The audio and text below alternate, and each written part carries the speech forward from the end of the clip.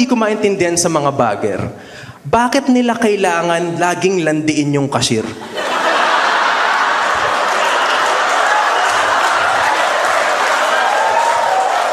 Anong trip yun, no? Mandatory ba yun?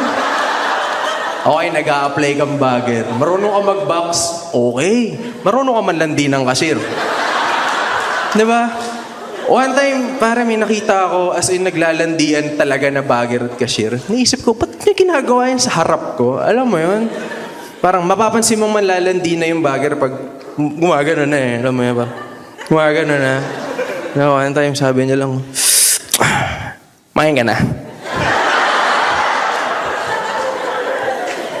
Bango mo ngayon ah.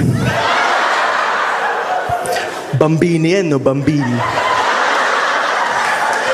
Paborito ko yan. Putang yan.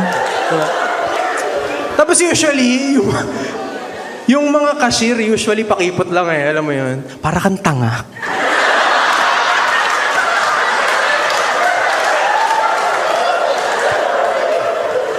May anak na ako, gago.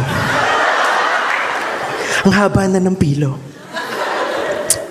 Ano pa yung mahaba?